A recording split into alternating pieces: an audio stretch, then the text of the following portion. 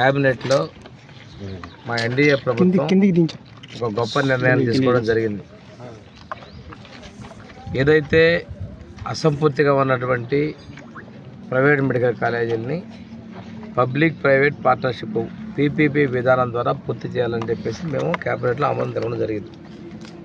ఆ మరుక్షణం నుంచే బ్లూ మీడియా కావచ్చు, 11 స్థానాలకే పరిమితమైనటువంటి పార్టీ నాయకులు కావచ్చు, ఏదేదో మాట్లాడుతున్నారు. పూర్తి చేసింటే 18.8% ఆఫ్ వర్క్ కంప్లీట్ అయింది. ఈరోజు మనం ఇప్పుడు నిలబడినటువంటి బిల్డింగు హాస్పిటల్ బిల్డింగ్. ఈ బిల్డింగ్ హాస్పిటల్ టీచింగ్ హాస్టల్ పూర్తిపోతేనే స్టూడెంట్స్కి ప్రాక్టికల్గా క్లినికల్గా చూసుకోవాలి. అంటే డాక్టర్గా నాకు కూడా అనుభవం ఉంది. ఈ బిల్డింగ్ పూర్తి కాలేదు, ఆ వెనక కనిపించే అడ్మినిస్ట్రేటివ్ బ్లాక్ పూర్తి కాలేదు, పిల్లలు ఎక్కడ క్లాస్ రూమ్స్ పూర్తి కాలేదు. ఎక్కడ పెడతారు? పూర్తి స్థాయిలో పూర్తి చేయడానికి మేము ముందుకు వస్తున్నాం. తప్పనిసరిగా ఇక్కడ మేము పబ్లిక్ ప్రైవేట్ పార్ట్నర్షిప్లో మెడికల్ కాలేజీని పూర్తి చేస్తాం.